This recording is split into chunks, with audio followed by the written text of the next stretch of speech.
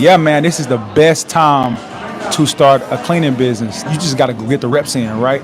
I tell everybody this. You got to go get the reps in. You got to go and do the stuff and figure out how it's done. And you got to cut your teeth on the first one. So like you got to figure out like, all right, this one done right that time. So I know next time I'll have to go at this rate or whatever. But general rule of thumb for me, y'all, on regular office buildings, these are medical offices, primary care offices, you know, I don't know, dentist offices, financial advising offices, all of these just regular type of offices. General rule of thumb for me is 5,000 square foot for 1 hour or square feet for 1 hour, right? If the building is around 5,000 square feet, it's probably going to take me about an hour to clean. Now that's give or take.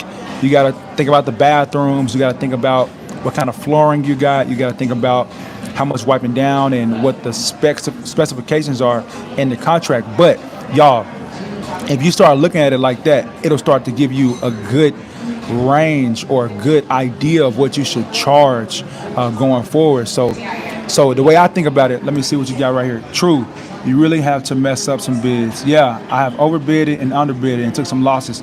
Yeah, man. So that's how it goes. On those very first ones, it's one of those things where I definitely used to underbid a lot because of the fact that I used to just want to just get my foot in the door. I used to want to just figure out, okay, let me get up in here and see how this actually works, and then I'll circle back maybe. And I never was able to circle back and say, hey, I actually charged you too low. Can I go and give you another bid? That's not really how it worked. You know, once you get something locked in, and especially, you know, me being a man of my word, me being a man of integrity, I like to, if I say I'm gonna do this for you, boom, I'm gonna go ahead and do the job for you, and then I'm gonna just do it, and I learn my lesson like that, right? I look at it like a learning experience. But that next one, that very next bid I put out there, I know for a fact, like, all right, I messed up on that one, so I know I'm gonna need to do this better on this time. And then you just get better every single time. You get better and better and better. And then the more buildings you start to see, the more you'll know, like, all right, I can compare this one to that one. This building is kind of like this other building over here. I'm going to price this one like I priced that one, or I'm going to price this one a little bit higher. You'll start to figure that out by yourself, but you just have to get the reps in. But then another thing, too, is one of these guys I was coaching, he was telling me how he had bidded something super high, and it was just mainly based off of him just feeling like he was supposed to do that, right? And that's the thing, when you're new, I guess it is one of those things where you just don't know, right? When you just don't know, that's a great place to be in too, because you start to figure out from experience instead of somebody just telling you. Like I always say, I can tell you something, but at the end of the day, you have to go and get the experience and figure out yourself, and that's what's really going to get you that momentum and get the ball rolling for you in your business. And that's another thing too. While I just said momentum, y'all, the only reason I am where I am right now, the only reason that I'm able to go and do my thing, true, I way overbid at a 10,000 square foot medical center. Yeah, okay, see, and that happens. So, right, so if I'm looking at a 10,000 square foot medical center, generally speaking, that's going to be anywhere from $1,900 to about $2,300, somewhere in there. I would say the sweet spot on a building like that is about $2,100, $2,200, and you probably in the door. Now that's for my market, being Arkansas and Jacksonville, Florida. My market, that'll work for me. Like I got buildings that size. In fact, I'm starting a new building on May 1st. That's 10,546 square feet or something like that. I bid at that one at around $2,184. And we got that one. They sent it back right. Well, they sent it back right away, but they sent it back to me with. I had no complaints. I had no, hey, this is too high, or none of that. They sent it back to me like, hey, looking forward to getting started with you, all that good stuff. So when I fly back here, I am going to be getting everything prepared and get started in that building, right? And I got to find somebody to help me out on that one as well, so I can continue to be able to do stuff like this, like flying around or whatever, if the opportunity comes up, right? Because this is really what my vision was when it comes down to this cleaning business. Like, yes, I do enjoy the cleaning industry. I love the business. I've been in it for forever. My parents started me young. You know, I started with them. I said that we were their fortunate but reluctant first employees. Like when my stepdad started his business, he didn't have nobody. He didn't have no team. but he had his kids, he had his wife, which is my mom. Like, he had us.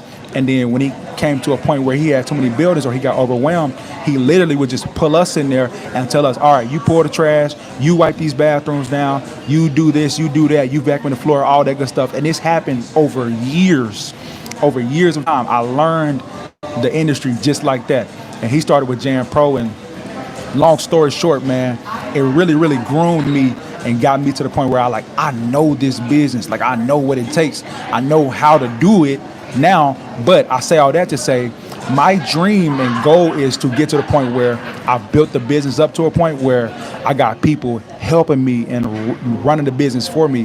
That way I can go and do some of the things that I may want to do, you know, outside of the business, like speaking, for instance, or going and teaching, doing stuff like this, right? Like right now, if you just hopping on, I am doing this live because I have a layover. I am in North Carolina, Charlotte, North Carolina, traveling from Jacksonville to Little Rock for a speaking engagement where I'm doing some spoken word and I'm rapping for this youth event for this church that one of my high school football chaplains, he's the student pastor there, and he invited me out, man. They flying me up there and they paying me. I'm like, really? So that's the type of stuff I'm like, all right, yeah, I wanna tap in more into that type of stuff, right? I don't want to be doing all the cleaning all my life, right? And then I talked about the levels of value too, right? You got the 4 levels of value. I got this from Myron Golden, talking about studying, right? I listen to a lot of his content because of the fact that he puts you in that mindset of being a bigger thinker and thinking bigger and beyond and broader than what you are currently doing. So in the cleaning industry, there's 4 levels. Well, there's 4 levels of value in any industry, right? Any type of business, you got 4 levels of value. Level number 1 is implementation, right?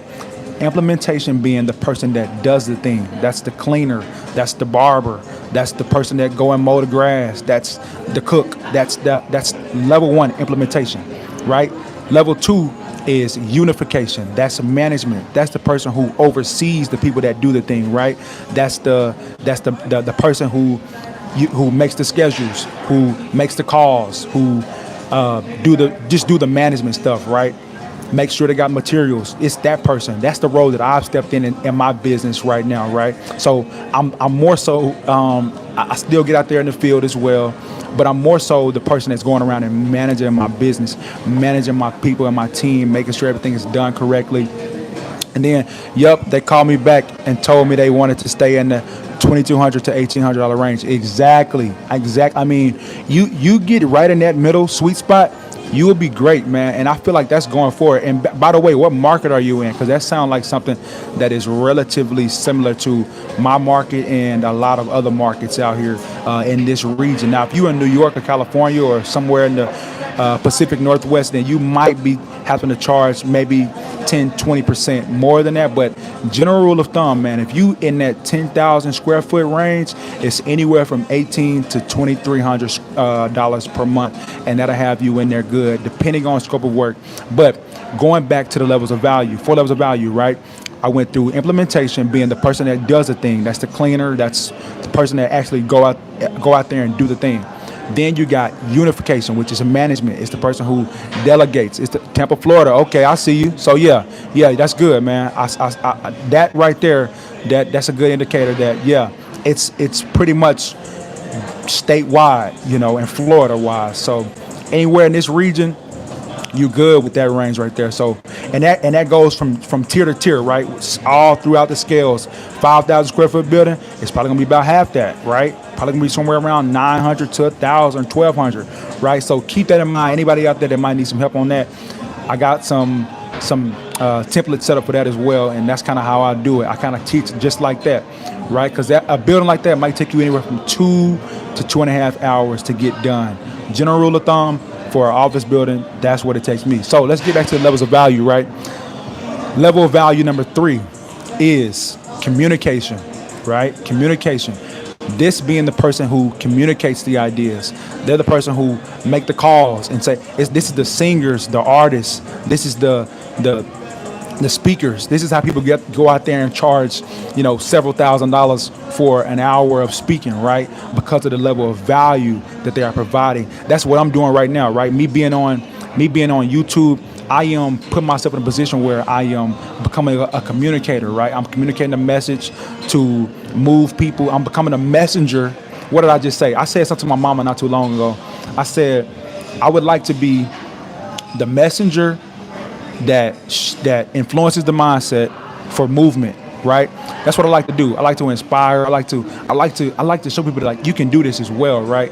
I have no college degree, no whatever. I got a high school diploma. You know what I'm saying? But I know that this business can take you somewhere that you might not even dreamed of, or it'll take you to a place that maybe you didn't think was possible doing what you might be currently doing, right? I was working a day job, just regular old day job. I got stuck in it. I got trapped until I was like, you know what? Let me go back to my roots, which is the cleaning business, and let me figure out how I can make this a real business. And by the way, too, like my mentor I was just telling you about, who sold his business not too long ago, he's a solopreneur. He's a sole person. Like, he go and do all the buildings himself.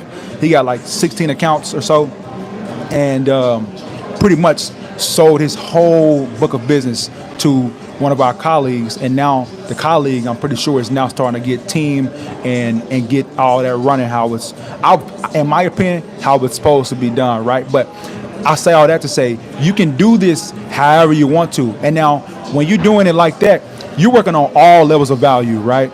More so implementation, because you're the one that's doing everything, but you're also the one that's managing your business. You're also communicating the message to yourself, I guess, or back to your clients and all that good stuff. So that's level 3, communication. This is people that use their voice and their mouth to earn money, right?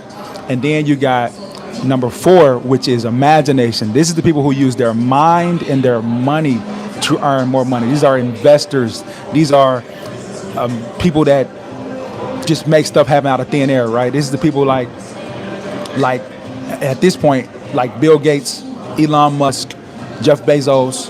They imagine a thing and they make it happen, right? They have people underneath them. They can communicate the message. They can unify the message, and manage the whole situation they got going on, as well as they got people implementing out there for them, right? Like, I believe Walmart has over 1 million employees worldwide, right?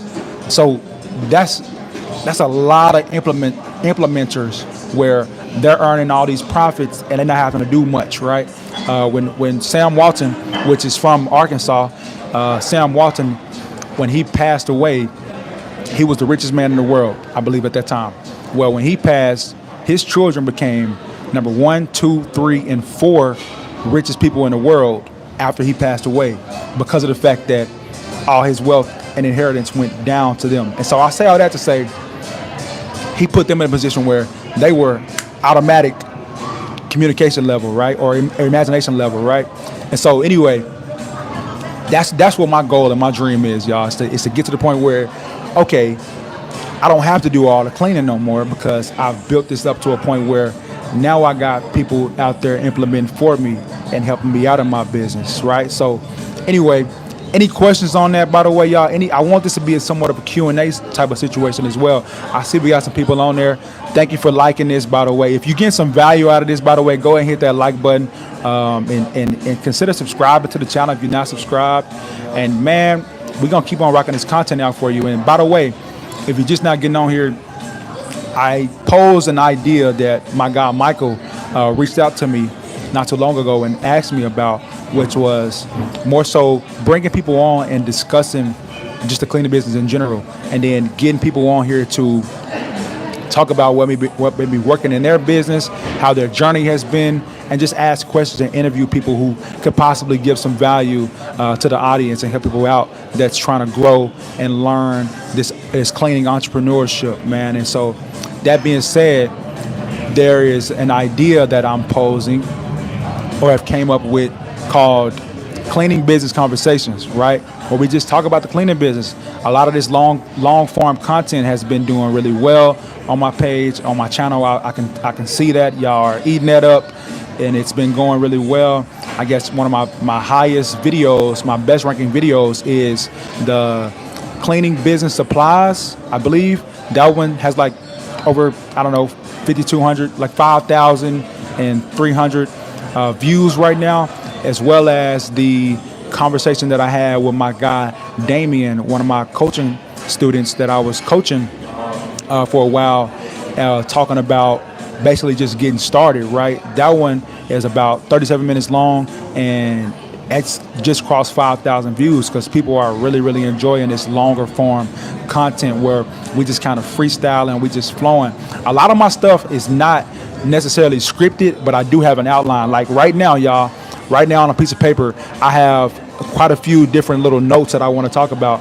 I know for sure I wanted to hit that whole AI thing and how that can help us and not be a burden to us and not be one of those things that's going to wipe out the cleaning industry. If you are in the cleaning business, it's the best time to get into it because of the fact that you can stay ahead, you can stay on top of that AI stuff and figure out like, okay, how can that help us out in our industry? And I'm going to be doing a lot of learning and a lot of studying on that as well and seeing how that can help us. And when I do learn, I'll be sure to share it with y'all, right? So in this article that I was reading or listening to, they were talking about how the new wave of standing out in the cleaning business or in this cleaning industry is presenting yourself as a health enhancement company, basically saying where you focus on health. You change the focus from just cleaning for clean's sake and making the buildings clean to focusing on strictly making this a healthy space, especially what happened with COVID-19. That disrupted a whole lot of stuff. And then when you talk about the AI part of it, the AI part, it was mostly saying that people are going to find more sustainable ways to do things, more efficient ways, but it's not going to replace the human touch. The human touch is the biggest factor in the cleaning industry. You have to have humans to go in there, clean this up, clean that up. It's not going to be done by robots. Some stuff can be done by robots. You can have some floor cleaning jobs done by robots, scrubbers, all that good stuff. Anyway, if there's anything that I learned about this whole AI stuff and how this could help us out, but like I said, it's always going to be a need for the human touch. Like, you're not going to have a building that's just fully automated with cleaners or cleaning robots. It has to be that human touch in there, right? It's going to always be that way, no matter what. Just the nooks and crannies, the little stuff that just can't be done by a robot. I mean, I say this now, I never know, but for the most part, that's what that article reinstated. Like, this is the best time to jump in the cleaning industry. It's a several $100 billion industry that is only growing, right? Because the population is growing and people are getting more jobs, there's more buildings, you know what I mean? When COVID happened, a lot of these buildings kind of went out of business, or a lot of buildings or a lot of companies went to the whole remote, work from home situation. But nowadays, more and more of these buildings are starting to be occupied again. There's more buildings being built. There's more companies that want to go and work in the office. So what do they need? They need people to come and clean that office, right? And that's a lot of things I like to look for too. Like down here in Jacksonville, it is booming. It's so booming. That's another thing too. No matter where you are, there's opportunity. But I definitely recommend moving to or getting close to an area that is growing, that's booming, where there's plenty of opportunity, which I like to have an abundance mindset anyway, which I think an abundance, like there's abundance of opportunity. There's never lack, right? There's enough opportunity out there for everybody. I just got to hit that next door, or I got to make that next phone call, or I got to see that building going up. I got to walk in there and just tell them, hey, I see what I got going on here. I see you building something, hand them a flyer, business cards. They may even throw it away. They may even say, oh, the person that's responsible for that, they're not here. But it's a matter of getting those reps in and planting those seeds, because the more seeds you plant, the more that you're going to harvest, right? So anyway, the next thing I want to go into, y'all, is, I talked about that already, talking about like team structure, and then me being able to travel like this. Like, this is something that when I was living in Arkansas and I was doing my business in Arkansas, I was primarily the only one that was doing a lot of the work. I wasn't able to just up and do this stuff like this because of the fact that I was doing a lot of the work, until I found people to help me out and say, all right, like, okay, for instance, whenever my wife and I took the trip down here to Jacksonville to see if we would like it, I had to get my mentor as well as my parents and my brothers to help me, like fill in for me for that week and help me out, right? They had to go in, I had to show them everything, get some systems together, like, hey, this is how I do this is how I do that. I recorded video, I gave them keys, codes, all that good stuff, introduced them to the people that were going to be doing there during the daytime cleans. Like, I had to get all that in place and set up, and then I was able to go and move like that, right? And so that's why that whole systems thing, y'all. And here's the thing too, systems sounds like one of those words it sounds very technological, right? It sounds very just, I don't know, it sounds more complex than it actually is. But a system is simply the way of doing something. A system is an efficient way of doing something. How can you do this thing? To build on that, I was doing all the work too, cleaning all the buildings, my wife and I always used to think though, if I get sick, yeah, man, that's the thing about it. Like maybe no one, so that motivated me to get a team. Right. You know what? Yeah, I you know what? You're right about that. I recommend people go out there and get as busy as possible and just see what, like, man, okay, this is not going to be sustainable for the long run because of the fact that if something were to happen to me, if I were to get sick, if I had to go and, I don't know, do whatever, man, there's no days off. I had a coaching client ask me not too long ago, what about off days? And I thought to myself, there's no off days in this business. Now, say for instance, you clean houses or you go and do certain things on a every now and then type of basis where it's not a strict contract, right? But when you have a contract with somebody, and this goes back to the 4 agreements, by the way, I wanted to get in that as well. But when you have a contract with somebody and that contract says this building will be cleaned 5 days per week, this building has to be cleaned 5 days per week. In order to be a person of your word, stand on your word, stand on the words that you put on this contract. This say 5 days a week, this type of service will be done. It has to be done, or else you will lose that contract. There's no off days with this, right? So that's going back to finding team. The only way that you get an off day is if somebody is filling in for you, whether that's subcontractors, employees, whatever. Somebody has to step in for you. Like right now, I'm in a very unique position because of the fact that my wife helps me out as well. So she's staying back with the boys and the team, and she's going to be doing what I do, stepping into that the management role, basically, right, as well as doing some implementation. There's 2 buildings that we have to clean right now, mainly because of the fact that one of our team members' mom just passed away literally yesterday, and now we're trying to figure out, is she going to be able to come back? We got to find somebody else for this building or what? And that's another thing too. You got to deal with that. I got that on here too. You have to be prepared for this stuff that may happen out of the blue. You just got to be ready for it, right? You got to be ready for it. Like, okay, what if this happened? What if that happened? You have to be able to bob and weave and keep going, right? And then never let any type of thing that may be negative distract you, or anything that may happen that may be a negative in your business or in your personal life. It cannot become between the business. Like, yes, you're human, but you have to compartmentalize as well. This is business, this is personal.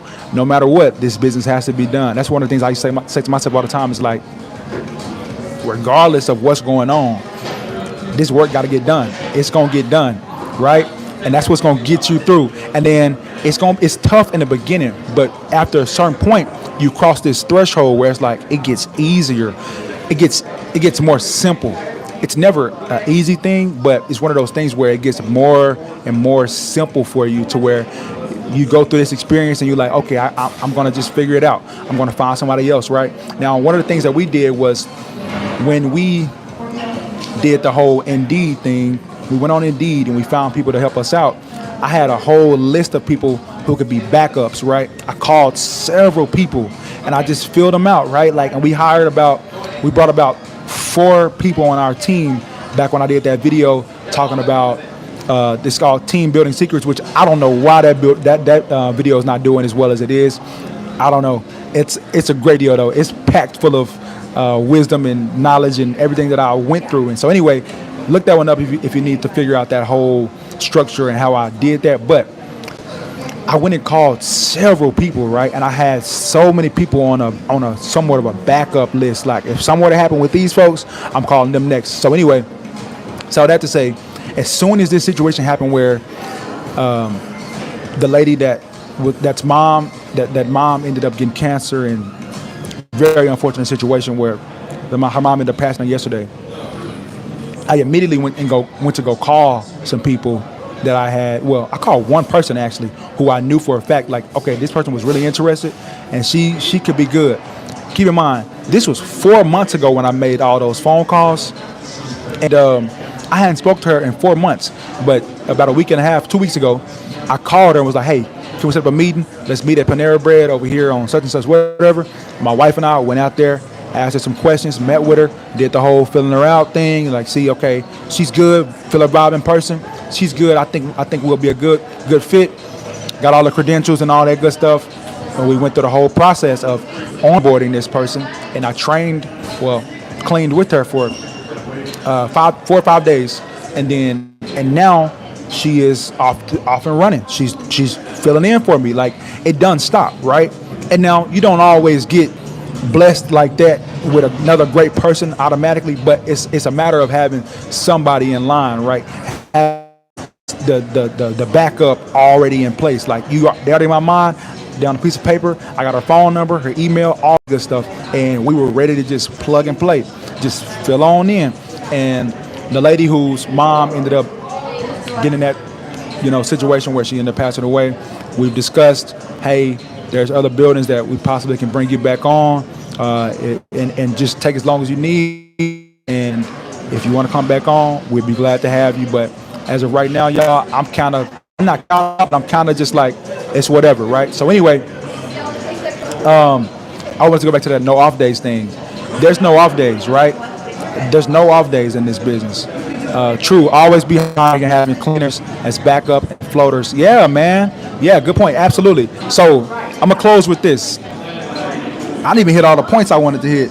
Also the 4 agreements, but it's one of those things where these large companies, if something were to happen to somebody where a shift wasn't able to be covered or whatever, they have people ready to go, ready to just plug and play. Like, they got people in line. And so we also should adopt that same mentality of, all right, regardless of whatever, I need to have somewhat of a backup, somewhat of a contingency, somewhat of a situation where if something were to happen, yes, I can go and step in, but I need to have people to help me as well. And now, y'all, I'm not perfect with this. I'm not the best with this. I'm just telling you what I actually do, right? Now, yes, I go out there, and if it came down to a point where somebody needed to take off, or like for instance, one of the ladies that cleaned for us, her birthday came up and her parents were taking her and her kids down to Orlando, Florida, to Disney and all that good stuff. What I'm gonna say? No. Yes, go ahead and go enjoy. Yes, I will step in for you. It's totally fine. And so situations like that, I got to figure that out too, because the more buildings we get, no, I'm not going to be able to just go in here and go clean this and clean that when somebody need a day off. I just got to find somebody else, right? We got to figure that out. So anyway, these 4 agreements, y'all. So the 4 agreements is a book by Don Miguel Ruiz, where he talks about these 4 agreements, these 4 laws or 4 principles in life that we should structure our life around and live by. And number 1 being impeccable with your word, right?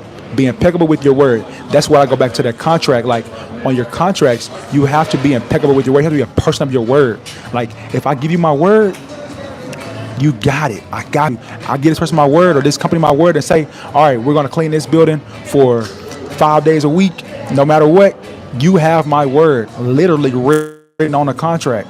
And that's what gets you far. That's what gets you to that next contract. That's what gets you referrals. That's what makes your brand and your business look credible and legitimate out here in the eyes of these other companies in the marketplace, because of the fact that they know that you are impeccable with your word. So I believe, number 1, be impeccable with your word.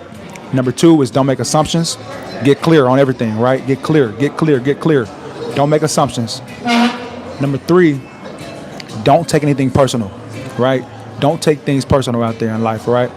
And then number 4 being, do your best. I love that. So anyway, y'all, go ahead and look that book up. Hey, man, thank you for that, man. I'm glad it's helping you Man, and reach out to me too, man. We could possibly get on a conversation too. I'd love to chop it up with you about what's going on down there in Tampa, Florida. But y'all, I appreciate y'all for watching this. I hope you got some value out of this. Give it a like and consider subscribing, sharing, all that good stuff. I'll see you on the next video. Peace.